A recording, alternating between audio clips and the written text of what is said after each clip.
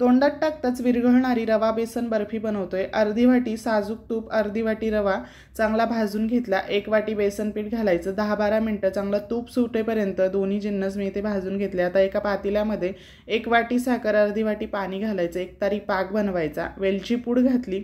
गरम गरम पाक आता ह्या कोमट झालेल्या मिश्रणामध्ये घालायचा। त्यानंतर आता गॅस चालू करायचा। व्यवस्थित मिक्स करून घ्यायचं। मिश्रण तुम्हाला आता पातळ स्वरूपाचं दिसत असेल। एकसारखं हलवत राहायचंय।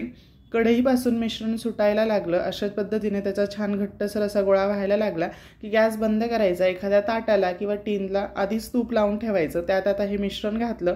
पूर्णपणे थंड होऊ द्यायचं। साधारण 1 तासासाठी पंख्याच्या हवेखाली मी हे गार करून घेतलं आणि त्यानंतर याच्या आता वडी किंवा बर्फी इथे पाडून घेतली।